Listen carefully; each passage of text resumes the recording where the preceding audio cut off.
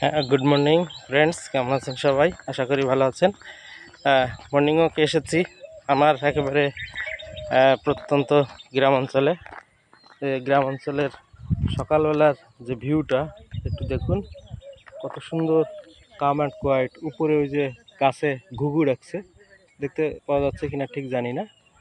আচ্ছা, তো আজকের মর্নিং ওয়াকে সুন্দর একটা টিপস দিব। কি নিয়ে? Muscle cramp. মাসেল ক্রাম্প অর্থ কি? রাতে হাত পা কী করে, হাত পা কামড়ায় বা চিবায়। তো এটার থেকে অনেকে জিজ্ঞাসা করেন যে আসলে এটার জন্য তো অনেক অসুবিধা হয়, রাতে ঘুমাতে পারি না। এটার থেকে আসলে সমাধানের পথ কী? তো আগে দেখুন, আপনাকে ঠিক করতে হবে যে এটার মূল কারণটা কী, সেই কারণটাকে রিমুভ করে দিতে হবে।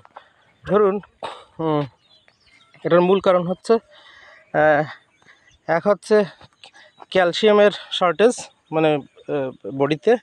আর একটা হচ্ছে ডিহাইড্রেশন। এই পানি স্বল্পতা অথবা ক্যালসিয়ামের অভাব হলে এটা সাধারণত মেডিসিনের ডাক্তারবাবুরা সাজেস্ট করে থাকেন এবং এই ধরনের একটা ম্যানেজমেন্ট দিয়ে থাকেন। কিন্তু দেখা যাচ্ছে এটা করার পরেও অনেক সময় কি হয়, এটা করার পরেও অনেক সময় ঠিক হয় না। একটু ভালো থাকে কিন্তু আবার যাতাই হয়ে যায়।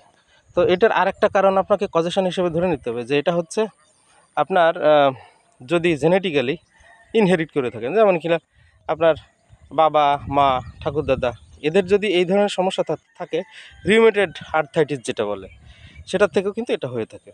তো এটার থেকে সবথেকে সহজ এবং ইজি সলিউশন হচ্ছে অন্যান্য প্যাথি বাদ দিয়ে, অন্যান্য প্যাথি, ওই ট্যাবলেট বড়ি এসব বাদ দিয়ে ভালো ভালো মানের একজন হোমিও ডাক্তারকে খুঁজে বের করা। আপনি ভাববেন না যে আমি সবসময় হোমিওপ্যাথির গুণগান গাই, না। কিছু কিছু ক্ষেত্র আছে এক পেতিতে ভালো হয়, কিছু কিছু ক্ষেত্র আছে আরেক পেতিতে ভালো হয়। তো এটা যেহেতু জেনেটিক্যালি ইনহেরিট করে বেশি, আর যেটা বললাম, যদি আপনার যদি হয়ে থাকে, ডিহাইড্রেশন বা ক্যালসিয়ামের ঘাটতি থাকে, তাহলে ওষুধ দিলে এটা চলে যাওয়ার কথা। কিন্তু তারপরে যখন যাচ্ছে না, তখন আপনাকে রুট থেকে এটাকে টেনে তুলতে হবে। এই ক্ষেত্রে ভালো হোমিওপ্যাথিক ওষুধ রয়েছে, ভালো একজন রেজিস্টার্ড ডাক্তারের কাছ থেকে এটি সেবন করলে ভিতর থেকে আস্তে আস্তে আপনার এটাকে রিমুভ করে দিবে।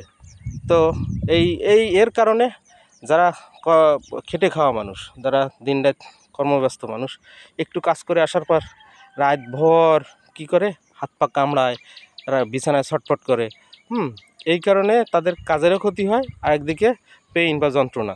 তা এর থেকে বেরিয়ে আসার জন্য এই যে সহজ পদ্ধতিটা বললাম, আরেকটা জিনিস খেয়াল করবেন, যারা ব্যথার রোগী, অনেক সময় তাদের যদি ইউরিক অ্যাসিড লেভেলটা বেড়ে যায়, তাহলে কিন্তু এটা দেখতে হবে আপনাকে।